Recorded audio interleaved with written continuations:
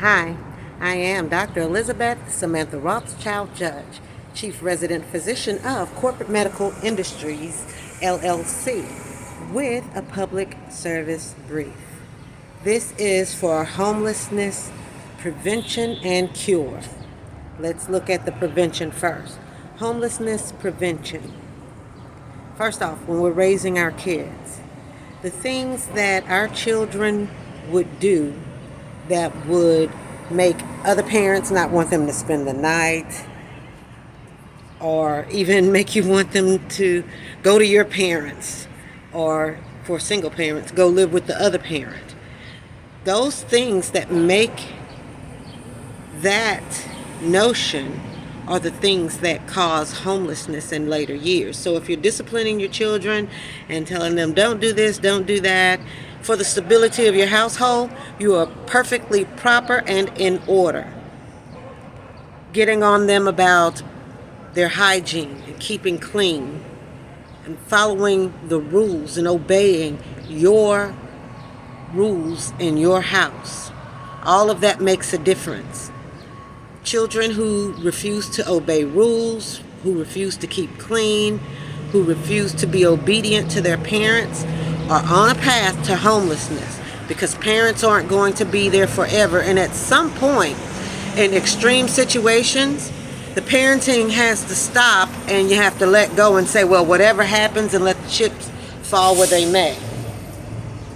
So that's one thing about homelessness prevention when dealing with the children in your household. Going on up into the adolescents, the teenagers, and the young adults, the same thing.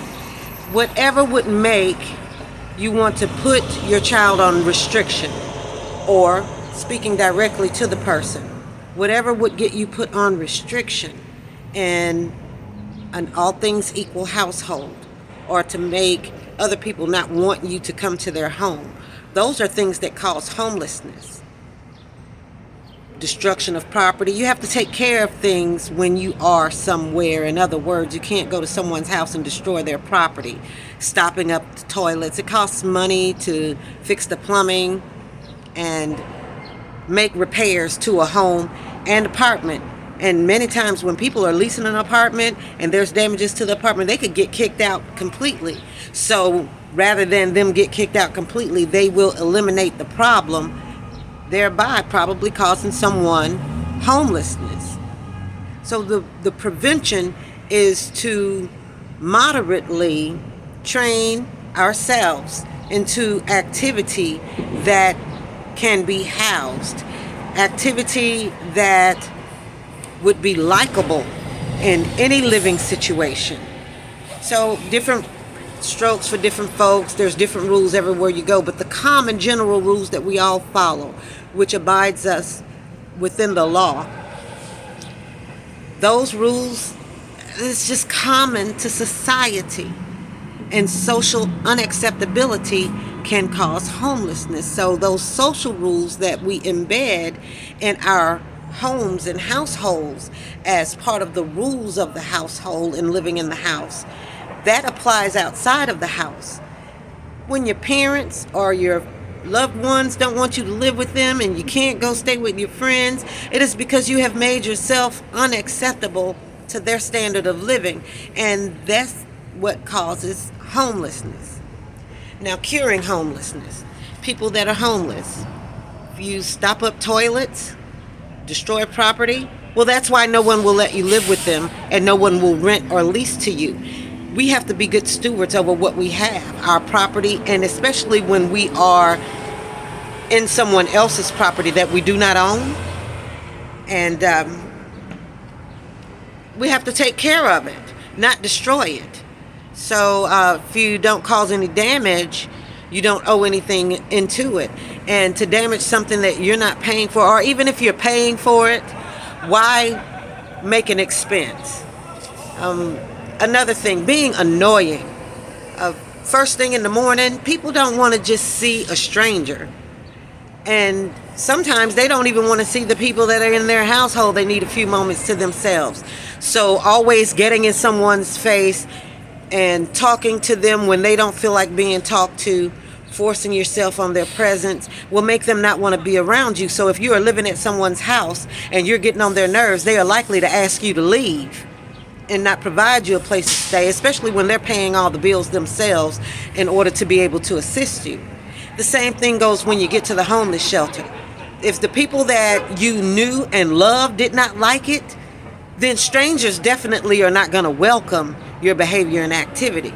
So curing homelessness means modifying yourself and becoming able to be housed, because you will take care of a property without destroying it, or you will be able to have a roommate or live somewhere among neighbors without getting put out because you're not deliberately going around getting on someone's nerves.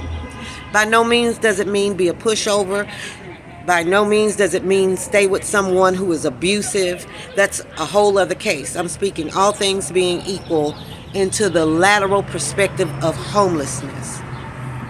Many people are homeless because of financial distress. Well, I could say this because I've seen a lot of people, and from my own personal experience, it just takes that one time to let you know how to get your finances back on straight, to where you're not overextending yourself in your budget or overextending your credit, and you can handle all of your bills accountably, and to make your financial forecast and budget calculations so you'll know what you have to pay versus how much money you're going to have to pay it, and to downsize your lifestyle if you don't have enough money to cover it.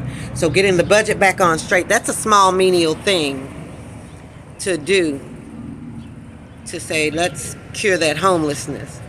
But as for the other aspects, following someone around or doing something to them annoyingly, when someone is annoyed, then they're not in on your joke if it's a joke. It's not funny to them if it's funny to you. When people don't want to be bothered, that is what they mean.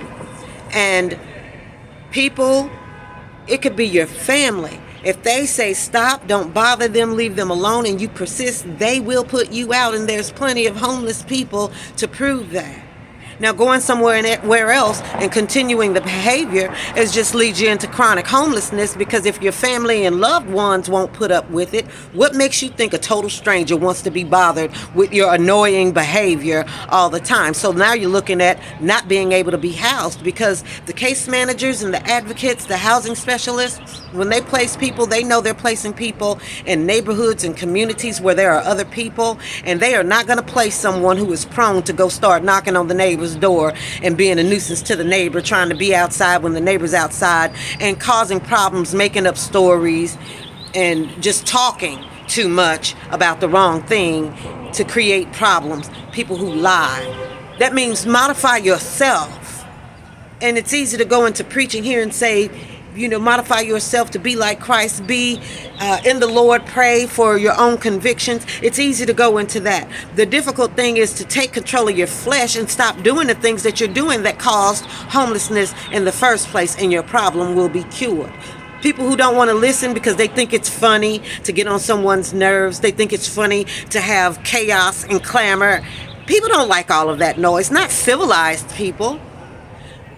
But some become homeless and they get into this wanting to prove they're going to do what they want to do anyway, whether it's against the law or against social rules. And then they find themselves chronically homeless because no one is going to let them live with them. And no professional working in the homeless network is going to put their name out there to house them for them to go somewhere else and be a nuisance to the neighbors and people that they might meet along the way where they're housed.